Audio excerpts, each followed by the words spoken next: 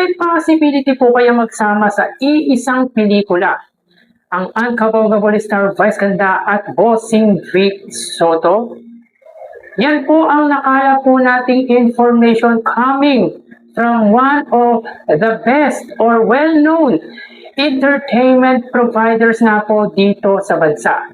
Pero bago natin talakayan yung mga kaparokya, kung bago lamang po kayo sa aking channel at kung gusto niyo po ng ganitong klaseng content ay makikiusap po ako sa inyo na pakisubscribe ang aking YouTube channel. Paki-like and share na rin ang sa gayon ay mas dumami pa po ang makakanood ng mga ina-upload po nating video araw-araw.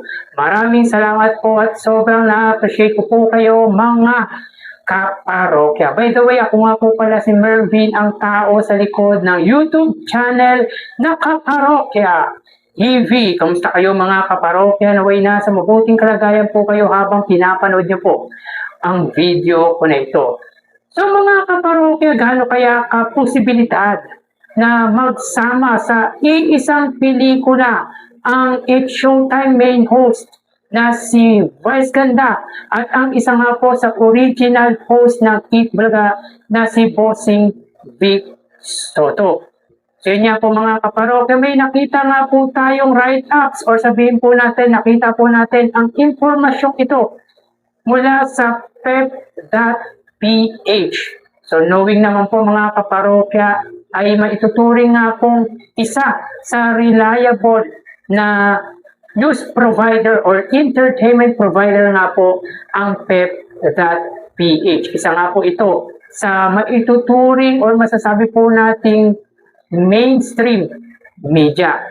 So yun nga po mga kaparokya, ayon dito, may possibility or posible nga pong magsama sa iisang pelikula ang unkabogable star Vice Ganda at Bossing Vic Soto. So dito may kita po natin mga kaparokya, ang naka-indicate ay Dongyan Vice or Vic Vice Movies inihahanda para sa MMFF 2026. So basahin natin mga kaparokya yung patungkol nga po dito.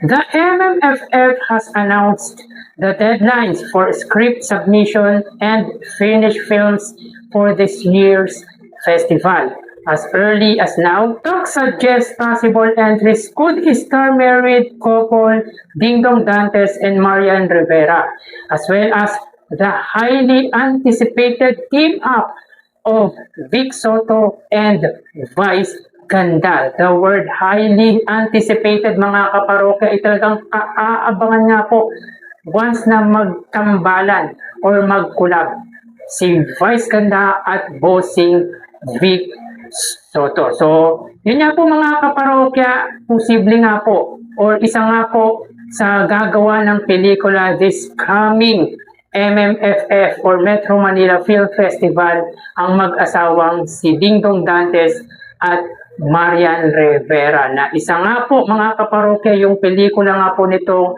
The Rewind na top grossing of all time ng Metro Manila Film Festival noong 2023.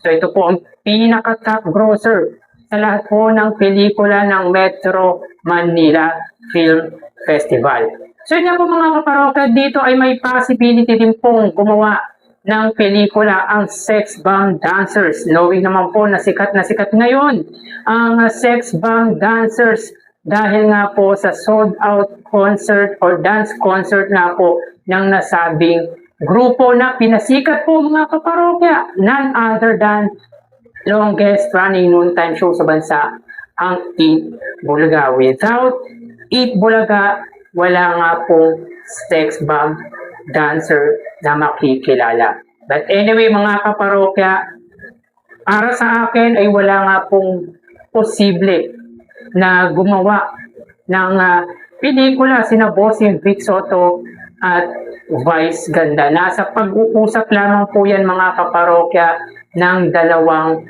kampo. At kung mangyari yan mga kaparokya, malamang sa malamang ay kaaabangan at malamang sa malamang ay tatabo nga po sa takilya ang niluluto or gagawin nilang pelikula sa darating na Metro Manila Film Festival 2026. Bihira lang po mangyayari na magsasama sa iisang pelikula ang dalawa sa hari or box office king in a different era.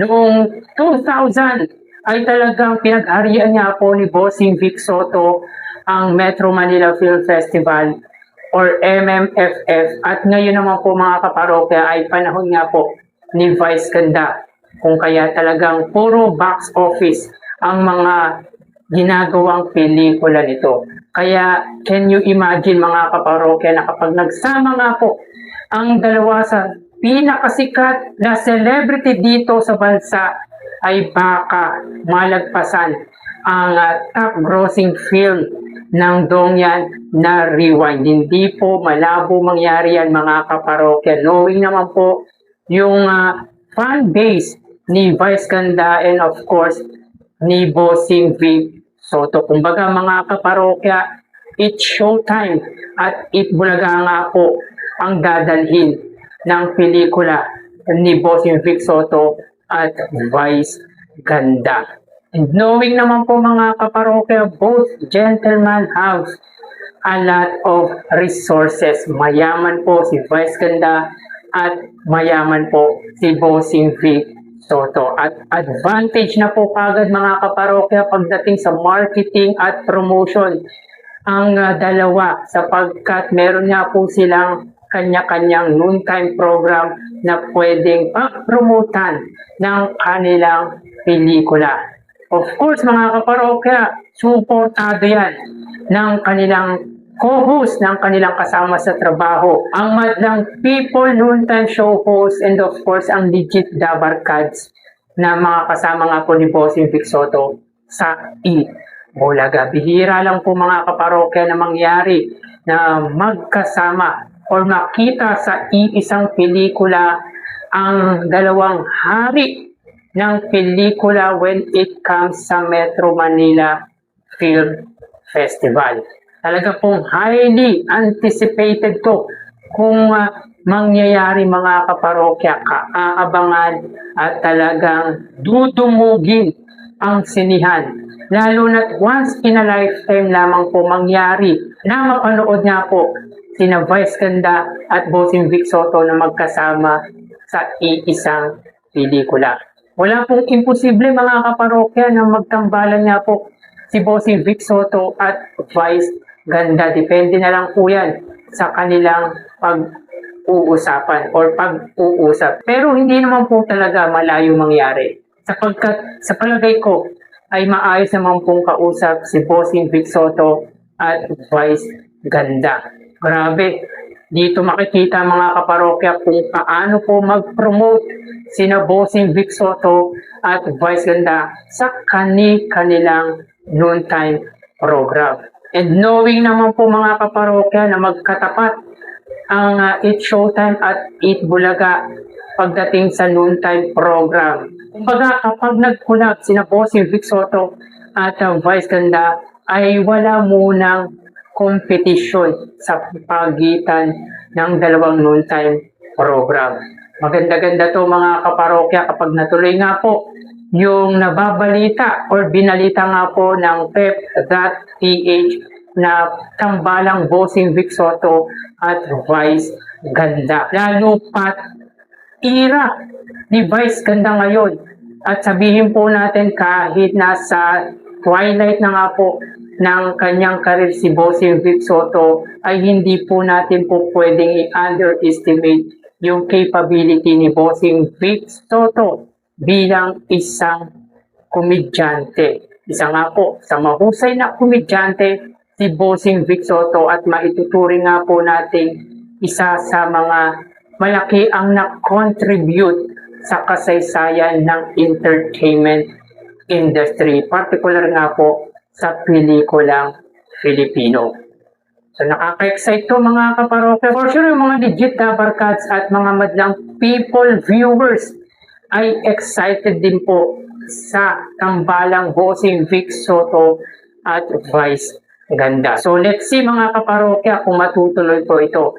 At magbibigay nga po tayo ng update with regard nga po dito, once na magkaroon nga po ng, sabihin natin, liwanag sa binabalak nilang pelikula. Hindi po natin to tatantanan mga kaparokya sapagkat once in a lifetime na makitang magkasama sa iisang pelikula ang dalawang box office king na sina Bossing Vic Soto at Vice Ganda.